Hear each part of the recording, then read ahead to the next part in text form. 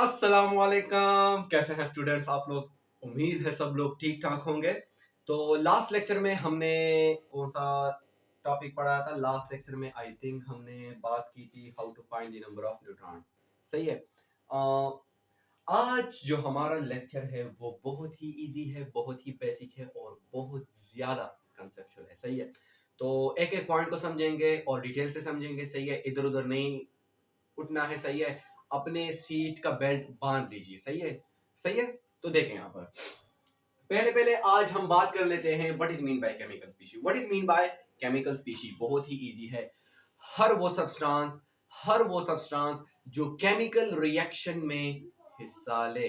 हर वो सब्सटेंस जो chemical reaction में हिस्सा ले, हर उस सब्सटेंस को हम बोलते हैं केमिकल स्पीशी। अभी आप लोग बोलेंगे कि सर ये कैसी बात हो गई? बहुत ही सिंपल सी है। फॉर एग्जांपल मेरे पास है ए। मैं सपोज कर लेता हूं, जिस तरह हम मैथ्स में सपोजिशन लेते हैं। मैंने लेट सपोज ले लिया ए।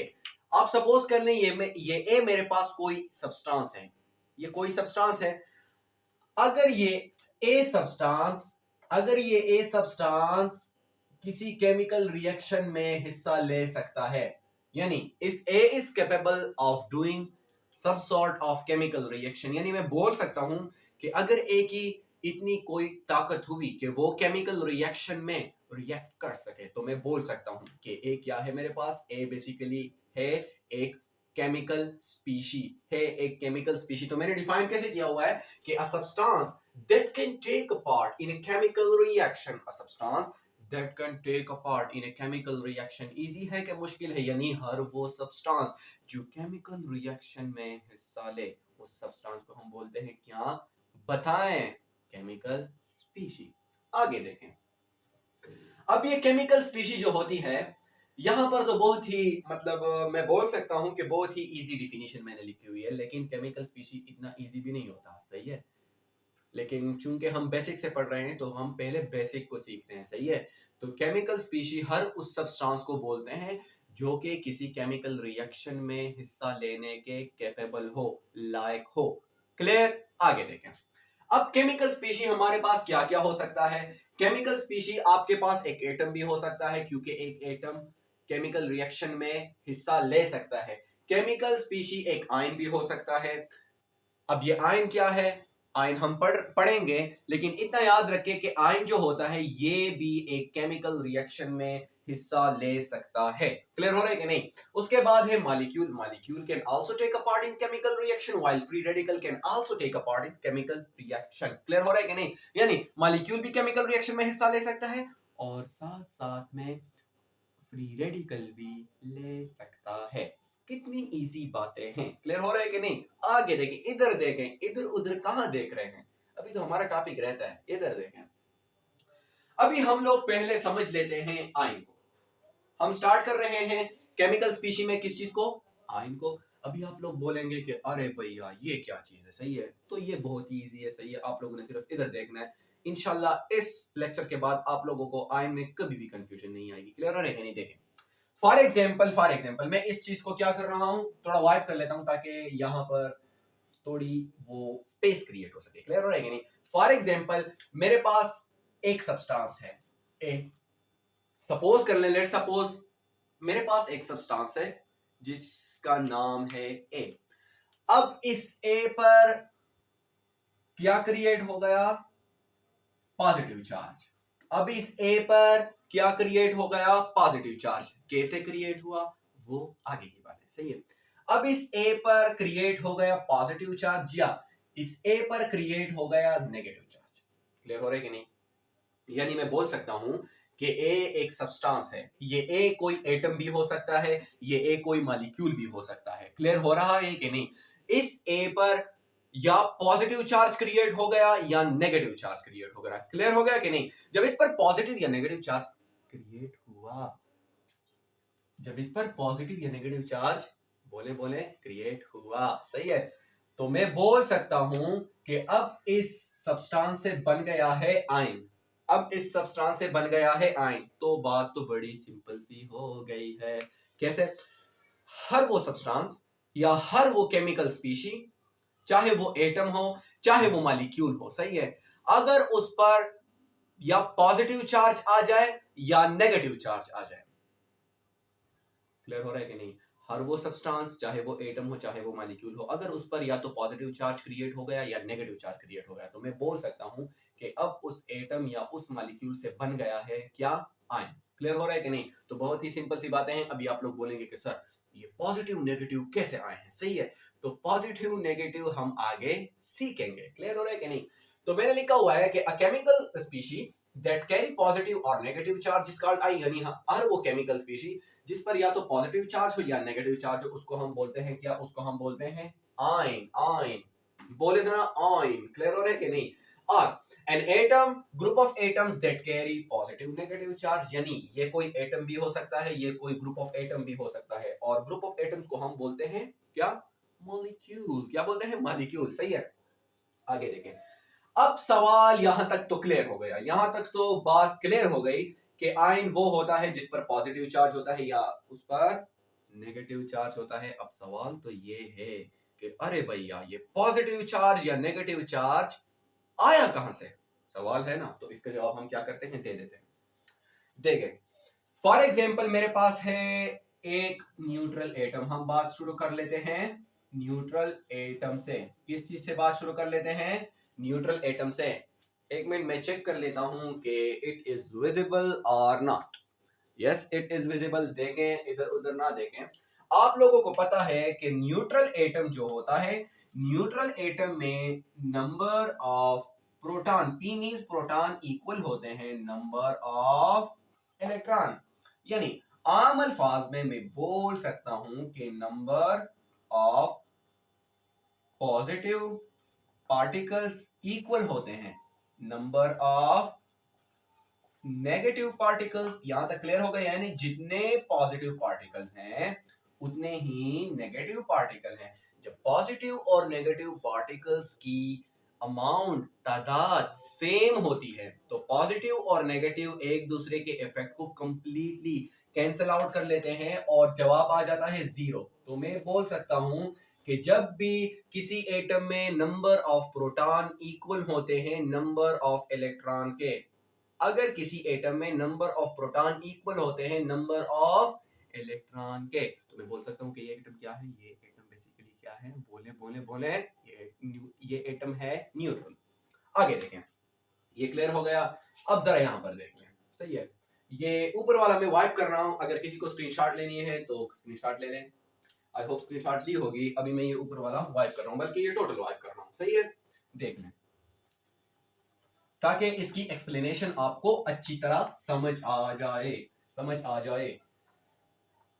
स्टडी किया करें, बहुत ज्यादा स्टडी किया करें, क्योंकि स्टडी नहीं करेंगे तो आपको पता है कि आप लोगों के रिजल्ट बहुत ही खराब आएंगे, और हम नहीं चाहते कि हमारे किसी भी स्टूडेंट के रिजल्ट खराब आए। तो मेहनत करें। बेशक मेहनत बहुत ही मुशक्कत का काम है, मुश्किल काम है। सही है, इंसान का दिमाग काम नहीं करता है, लेकिन मेहनत तो करनी है, क्योंकि आप लोगों ने तो हमसे भी वड्डे वड्डे, वो क्या बोलते हैं, वड्डे वड्डे इंसान बनना है। सही है, तो मेहनत करें। क्लियर हो रहा है कि नहीं? हम पहले पहले बात कर लेते हैं किस चीज की? न्यूट्रल एटम की। जरा इस एक्सप्लेनेशन को समझ लें। आपको पता है कि न्यूट्रल एटम में नंबर ऑफ पी, यानी प्रोटॉन, इक्वल होते हैं नंबर ऑफ इलेक्ट्रॉन के। मैं ऐसा भी बोल सकता हूं कि न्यूट्रल एटम में नंबर ऑफ जो पॉजिटिव पार्टिकल होते हैं, क्योंकि प्रोटॉन पर कौन सा चार्ज होता है? पॉजिटिव पार्टिकल, इक्वल होते हैं नंबर ऑफ कौन से पार्टिकल? नेगेटिव पार्टिकल, जो कि है इलेक्ट्रॉन। इलेक्ट्रॉन पर कौन सा चार्ज होता है? नेगेटिव। मैंने लास्ट लेक्चर में ये डिटेल से समझाया है। अब फॉर एग्जांपल मेरे पास एक न्यूट्रल एटम है जिसमें नंबर ऑफ प्रोटॉन है 2 प्रोटॉन है और 2 इलेक्ट्रॉन है। प्रोटॉन पर कौन सा चार्ज होता है? +2, इस पर होगा -2। ये दोनों एक दूसरे के इफेक्ट को क्या कर लेते हैं? कैंसिल। तो एटम पर टोटल चार्ज आ जाता है 0। जब एटम पर 0 चार्ज होगा तो मैं बोल सकता हूं कि ये एटम क्या है? ये एटम क्या है? बताएं। ये एटम है न्यूट्रल एटम। लाइट भी गई। सही है, आयोनाइजेशन हो गई। सही है, प्रोग्राम बढ़ गया। आगे देखें, तो ये कौन सा एटम है? Neutral atom. मैं चेक कर लूं कि विजिबल भी है कि नहीं। हाँ, बिल्कुल विजिबल है। यहां तक क्लियर हुआ होगा। सही है, अब मैं इसको वाइप करने लगा हूं। क्लियर हो गया कि नहीं? जब एटम में नंबर ऑफ प्रोटॉन इक्वल होते हैं नंबर ऑफ इलेक्ट्रॉन के, sorry, number of proton equal होते हैं नंबर ऑफ इलेक्ट्रॉन के, तो एटम पर जो नेट चार्ज क्रिएट होगा वो होगा 0, अंडा। सही है, अब आगे देखें। एक एक पॉइंट को समझें, एक एक पॉइंट को समझें, क्योंकि हम ये फॉर्मेशन पढ़ रहे हैं। क्लियर हो रहा है कि नहीं? अब देखें, फॉर एग्जाम्पल मेरे पास एक एटम है, फॉर एग्जाम्पल मेरे पास एक एटम है, ये मेरे पास एक एटम है, उस एटम में 5 प्रोटॉन्स हैं और 5 इलेक्ट्रॉन्स हैं। इस एटम को मैं नाम देता हूं कि ये एटम क्या है? ये एटम है बेसिकली न्यूट्रल। मैं क्या कर लेता हूं, इस एटम से मैंने एक इलेक्ट्रॉन क्या कर लिया? माइनस कर लिया। एक इलेक्ट्रॉन इस एटम से मैंने निकाल लिया। अब कैसे निकाला ये आगे की बात है, लेकिन देखें, जब मैंने इससे एक इलेक्ट्रॉन निकाल लिया तो इसमें रह जाते हैं 5 प्रोटॉन्स और 4 इलेक्ट्रॉन्स। अगर मैं इसका चार्ज कैलकुलेट करूं, पॉजिटिव चार्ज कितना है? +5, नेगेटिव चार्ज कितना है? -4। अगर मैं +5 से -4 क्या कर लूं? माइनस कर लूं, सब्सट्रैक्ट कर लूं, तो इस एटम पर टोटल चार्ज जो अपेयर हो जाएगा वो हो जाएगा +1। इस एटम पर टोटल चार्ज अपेयर हो जाएगा +1। यानी मैं लिख सकता हूं कि ए फॉर एटम, इस एटम पर कौन सा चार्ज क्रिएट हो गया? +1। और ये +1 चार्ज कैसे क्रिएट हुआ? जब इसने इलेक्ट्रॉन क्या कर लिया? रिमूव कर लिया, लॉस कर लिया। तो मैं बोल सकता हूं कि जब भी कोई एटम इलेक्ट्रॉन लॉस करेगा, जब भी कोई एटम इलेक्ट्रॉन लॉस करेगा तो उस केस में क्या बनेगा? आयन। क्या बनेगा? आयन। लेकिन कौन सा आयन बनेगा? पॉजिटिव आयन बनेगा, जिस पर पॉजिटिव चार्ज होगा, क्योंकि पॉजिटिव चार्ज ज्यादा हो गया, पॉजिटिव पार्टिकल ज्यादा हो गए, नेगेटिव पार्टिकल्स तो कम हो गए। तो जब नेगेटिव पार्टिकल कम हो गए तो कौन सा चार्ज क्रिएट होगा? उस पार्टिकल का चार्ज क्रिएट होगा जो ज्यादा है, तो पॉजिटिव ज्यादा है। यहां तक क्लियर हो गया कि नहीं? अभी देखें, ये तो हो गया एक, ये तो हो गई एक बात।